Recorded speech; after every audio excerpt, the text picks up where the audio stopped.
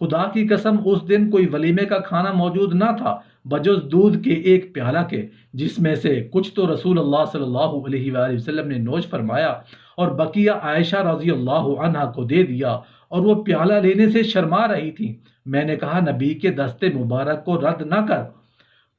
پی لو۔ تب انہوں نے شرماتے ہوئے لے لیا اور تھوڑا سا پیا۔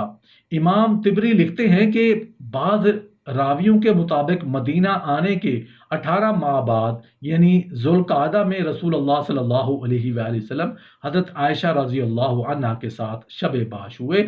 اور بعض راویوں نے 18 ماہ اور شوال کا مہینہ لکھا ہے، اور نکاح کے وقت آپ رضی اللہ عنہا کی عمر 6 یا 7 سال تھی۔ طبری جلد دوم میں ایک اور حدیث پاک نقل ہے جس میں ام المومنین حضرت عائشہ فرماتی ہیں کہ اللہ تعالیٰ نے مجھے 9 خصوصیات ایسی عطا فرمائیں جو کسی عورت کو نصیب نہیں ہوئی۔ البتہ اللہ نے حضرت مریم علیہ السلام کو جو مرتبہ عطا فرمایا ہے وہ علیحدہ رہا، اور یہ بات کچھ میں اپنے ہمسروں پر اظہار فخر کے لیے نہیں کہتی۔ عبداللہ بن صفوان نے پوچھا وہ کیا خصوصیات ہیں؟ آپ نے کہا فرشتہ میری صورت میں اترا، میری عمر 7 برس تھی کہ جب میرا نکاح رسول اللہ صلی اللہ علیہ وآلہ وسلم سے ہوا، اور صرف 9 برس کی عمر میں ہی مجھے آپ صلی اللہ علیہ وآلہ وسلم کی خدمت میں بھیج دیا گیا۔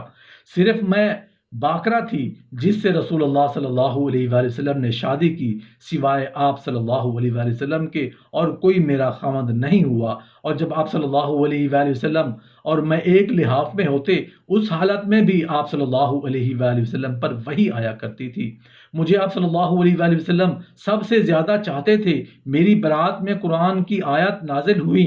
میں نے جبرائیل علیہ السلام کو دیکھا اور آپ صلی اللہ علیہ وآلہ وسلم کی روح میرے گھر میں قبض کی گئی، جبکہ وہاں سوائے فرشتے اور میرے کوئی آپ صلی اللہ علیہ وآلہ وسلم کے ساتھ نہیں تھا۔ اس زمان میں ابو جعفر کہتے ہیں کہ ماہ شوال میں بدھ کے دن رسول اللہ صلی اللہ علیہ وآلہ وسلم ام المومنین حضرت عائشہ رضی اللہ عنہ کے ساتھ ابو بکر رضی اللہ عنہ کے گھر میں شب باش ہوئے۔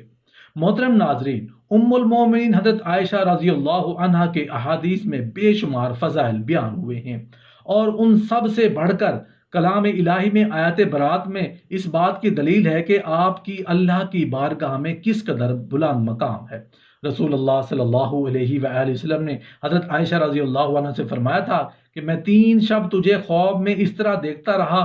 کہ ایک فرشتہ حریر سفید کے پارچے میں تیری تصویر کو میرے سامنے لاتا تھا اور کہتا تھا کہ یہ حضور کی بیوی ہے، اور میں تصویر کا پردہ اٹھا کر چہرہ دیکھتا تو جو بالکل تیرا ہی چہرہ ہوتا تھا۔ میں دیکھ کر کہہ دیا کرتا تھا اگر یہ اطلاع خدا کی جانب سے ہے تو خود ہی اسے پورا بھی کر دے گا۔ یہ عائشہ رضی اللہ عنہ ہی ہیں جنہیں سب عورتوں پر ایسی فضیلت ہے جیسے یرید کو تمام کھانوں پر، جن کے لحاف میں بھی رسول اللہ صلی اللہ علیہ وآلہ وسلم پر وحی نازل ہوتی تھی، جبکہ دوسری ازواج کے بستروں پر کبھی ایسا نہیں ہوا، جنہیں جبرائیل امین نے سلام کہا اور جواب میں انہوں نے فرمایا ان پر اللہ کا سلام اور رحمت ہو، جن کے صدقے میں تیمم کی آیت نازل ہوئی، جنہوں نے ایک روز میں 70,000 درہم راہ خدا میں خیرات کر دیے، جبکہ خود ان کے جسم پر پیوند لگا ہوا کرتا تھا، جنہوں نے عبداللہ بن زبیر رضی اللہ عنہ کے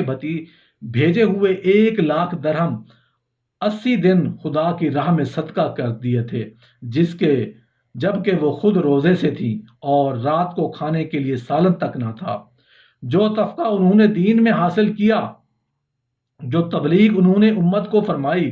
علم نبوت کی اشاعت میں جو مساعی انہوں نے کی، اور جو علمی فوائد انہوں نے فرزندان امت کو پہنچائے، وہ ایسا اجر ہے جو امہات المومنین میں سے کسی دوسری کو حاصل نہیں ہوا، جن سے سب سے زیادہ احادیث مروی ہیں، یعنی 2210۔ جب انہوں نے غزوہ احد میں کندھوں پر مشک اٹھا کر مجاہدوں اور زخمیوں کو پانی پلایا، جن کی اوڑھنی کو غزوہ بدر میں پرچم بنایا گیا، اور جس نشان کے تحت ملائکہ نے خدمت میں اسلام میں ادا کی، اور جس نشان پر اللہ کی اولین نصرت و فتح نازل ہوئی، جو فرمایا کرتی تھیں رسول اللہ صلی اللہ علیہ وآلہ وسلم نے، میرے گھر میں میری نوبت میں میرے سینے اور گلے کے درمیان وفات پائی، اور آخر میں اللہ نے میرے لعاب کو رسول اللہ صلی اللہ علیہ وآلہ وسلم کے ساتھ ملا دیا۔ وہ اس طرح کہ میرے بھائی عبد الرحمن مسواک لے کر آئے، رسول اللہ صلی اللہ علیہ وآلہ وسلم کو ذوق تھا، یہ دیکھ کر رسول اللہ صلی اللہ علیہ وآلہ وسلم مسواک فرمانا چاہتے ہیں، میں نے یہ مسواک اپنے منہ میں لے کر نرم کی اور رسول اللہ صلی اللہ علیہ وآلہ وسلم کو مسواک کرا دی۔ جن کے حجرے میں رسول اللہ صلی اللہ علیہ وآلہ وسلم کا انتقال ہوا، جن کا حجرہ روضہ اقدس بنا۔